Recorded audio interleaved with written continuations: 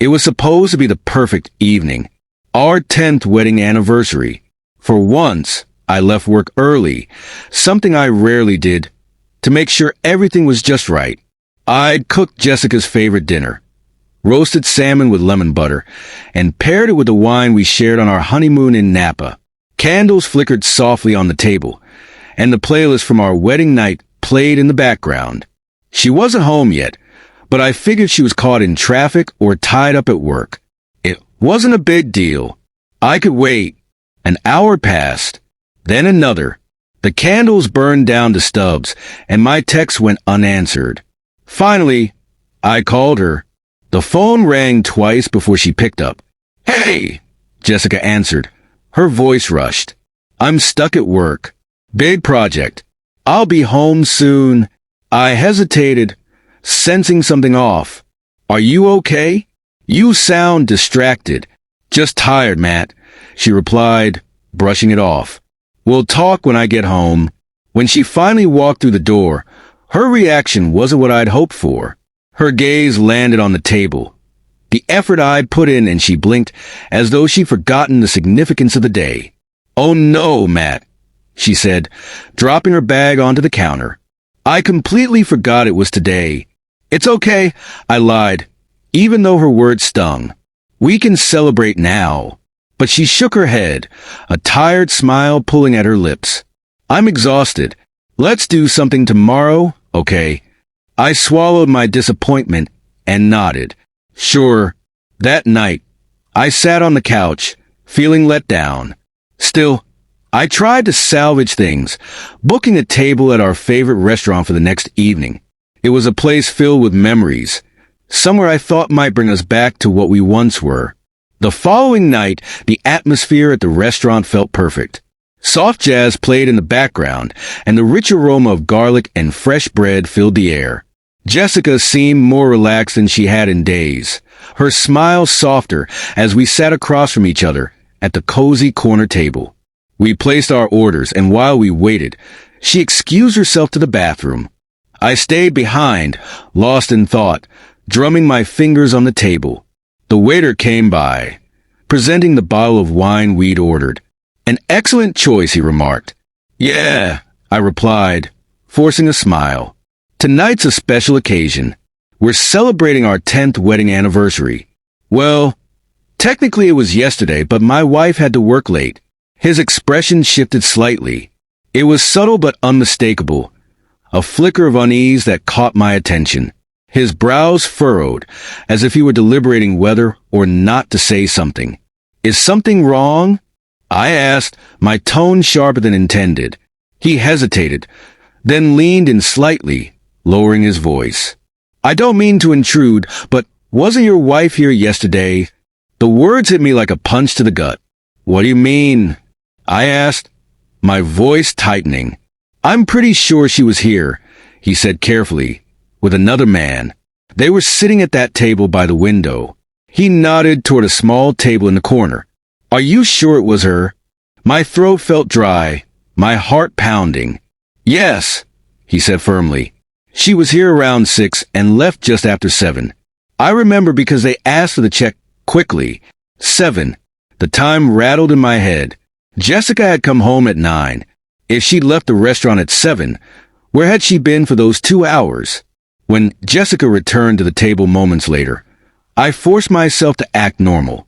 "Sorry about that," she said, sitting down and reaching for her water. "No problem," I replied, keeping my tone light. "So, how was work yesterday? You mentioned it was a long day." She nodded quickly, brushing off the question. "Yeah, the new project is taking up a lot of time. Late nights. You know how it is." "Must have been rough," I said, tilting my head slightly. "You said you didn't leave the office until what, 9? She blinked, caught off guard. Yeah, around 9. "Why?" I smiled, keeping my tone playful. "Maybe I should complain to your boss for keeping you so late." Jessica laughed nervously, shifting in her seat. "It's just temporary," she said, looking anywhere but at me. The rest of the evening passed uneventfully, but her unease lingered in the air like smoke. By the time we got home, the tension between us felt palpable, at least to me. Jessica sighed heavily as soon as we stepped through the door. "I'm so tired," she muttered, not even glancing in my direction, and headed straight for the bedroom. I followed, leaning against the doorframe as she pulled her hair into a loose bun and grabbed her pajamas. "I thought we could do something tonight," I said, my voice quiet. "You know, it's our anniversary." She paused, her back to me. "Yeah, I know," she said softly before turning to face me. Her expression was weary, almost apologetic. "I'm just really tired, Matt. Can we maybe tomorrow?" "Yeah," I said, forcing a smile. "Sure." She gave me a quick peck on the cheek before sliding into bed and pulling the blanket up to her chin. Within minutes, she was asleep, or pretending to be. I, on the other hand, lay awake, my thoughts racing. The waiter's words replayed in my mind, the 2-hour gap from the previous night gnawing at me, and her growing distance weighing heavily on my chest. After what felt like hours, I couldn't take it anymore. Her steady breathing filled the room as I picked up her phone from the nightstand. My hands trembled as I unlocked it, guilt twisting in my stomach. But I had to know. At first, everything seemed normal. There were casual messages with friends, quick exchanges with co-workers, even a couple of texts to me that now felt hollow. I was about to put the phone down, thinking I'd overreacted, when I saw it. Messages with her boss, Greg. The name flashed on the screen like a warning light. I opened the thread and my stomach dropped. The texts were anything but professional. "Last night was amazing. I can't stop thinking about you," Greg had written. "Me too," Jessica replied. "I wish we didn't have to sneak around, but it's worth it for us. You're the best part of my day," Greg had added. "Same here. I look forward to meeting you every time," she responded. My chest tightened as I scrolled further, each message cutting deeper than the last. Flirty exchanges, intimate plans, even photos they'd sent each other. Then I saw the text that shattered everything. "Can't believe we've been doing this for 6 months already," Greg wrote. "I know," Jessica replied. "Every moment has been worth it. You make me so happy. 6 months. 6 months of lies, deception, and betrayal." My hands clenched around the phone as I stared at the messages, my chest heaving with a mix of rage and heartbreak. The truth was painfully clear.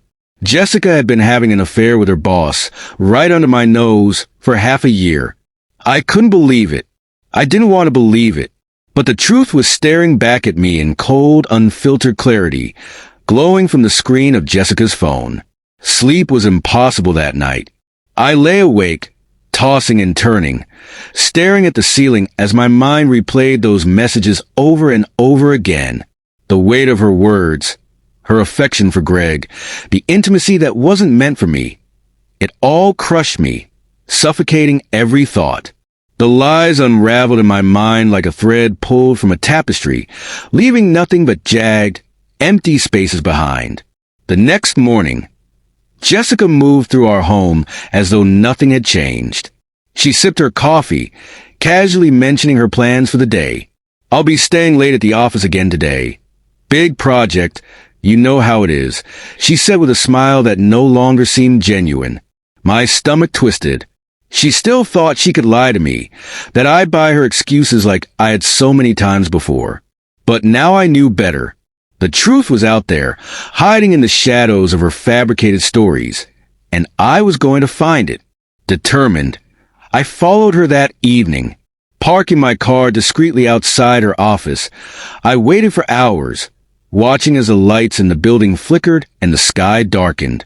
Each passing moment added to the tension, the knot in my chest tightening. And then, finally, I saw her. Jessica stepped out of the building, her face illuminated by the warm glow of the streetlights. She looked happy, but she wasn't alone. Greg was with her. I felt my breath hitch as I watched them. They stopped in the parking lot, their conversation punctuated by laughter, by smiles that didn't belong to a professional relationship. And then, my worst fear materialized before my eyes. They kissed. It wasn't a fleeting gesture, but a deep, lingering kiss that left no doubt about what they were to each other. My stomach churned. My heart felt like it was being torn apart piece by piece. I couldn't look away as they climbed into Greg's car, oblivious to my presence, and drove off together. I followed them, my hands gripping the steering wheel so tightly that my knuckles turned white. Every mile felt like a knife twisting deeper into my chest. When they finally pulled up to a house, his house, I stayed in the shadows, watching as they got out of the car. There was no attempt to hide what they were doing. They hugged and kissed again, their movements unguarded, as if the world outside didn't exist. As they disappeared inside, I pulled out my phone, my hands trembling as I snapped pictures. Each click of the camera felt like a nail in the coffin of our marriage. The emotions bubbling inside me reached a boiling point. The anger, the betrayal, the heartbreak, it all came rushing out. Without thinking, I got out of my car, slamming the door shut behind me. My fists were clenched as I marched up to the front door and knocked hard, the sound echoing through the quiet night. Moments later, the door opened, and there he was, Greg. His expression shifted from confusion to alarm, but before he could speak, I punched him square in the face. The impact sent him stumbling back, his hand flying to his nose. For a brief moment, the satisfaction of the blow was all I felt. Then the fury returned, sharper than ever. I pushed past him, storming into the house. Jessica stood in the living room, frozen in shock. Her eyes widened, her face pale, as she realized what was happening. "Matt," she stammered, her voice a mixture of surprise and fear. "What are you doing here?" "Don't," I snapped, my voice trembling with rage. "I know everything, Jessica. I saw it all. You and him. 6 months of lies. 6 months of betrayal." Her face crumpled, guilt flashing in her eyes. She opened her mouth to speak, but no words came out. Greg, regaining his composure, stepped forward cautiously. "Hey, man, I think you should. Stay out of this." I barked, my glare cutting through him. My focus returned to Jessica. 6 months, Jessica. You lied to me for 6 months. You missed our anniversary because you were with him. Do you even realize what you've done? Her voice cracked as she tried to explain. "I never wanted to hurt you, but you did," I shouted, my voice echoing through the room. "You already did, Jessica." Over and over again, the room fell into silence, thick with tension and the weight of unspoken truths. She couldn't meet my eyes. Greg stood to the side, looking both guilty and uncomfortable, but I didn't care about him. My gaze stayed fixed on Jessica, the woman I thought I knew, the woman I had loved for over a decade. "I can't forgive you for this," I said finally, my voice cold and resolute. "It's over, Jessica. I'm filing for divorce." Her face crumpled, tears spilling down her cheeks. "Matt, please," she whispered. "I'm sorry. I love you. I don't want to lose you." But I was done. Without another word, I turned and walked out, slamming the door behind me. The night air hit me like a slap, but I kept moving, refusing to look back. When I got home, the emptiness of the house felt heavier than ever. Every room seemed to echo with memories of what once was.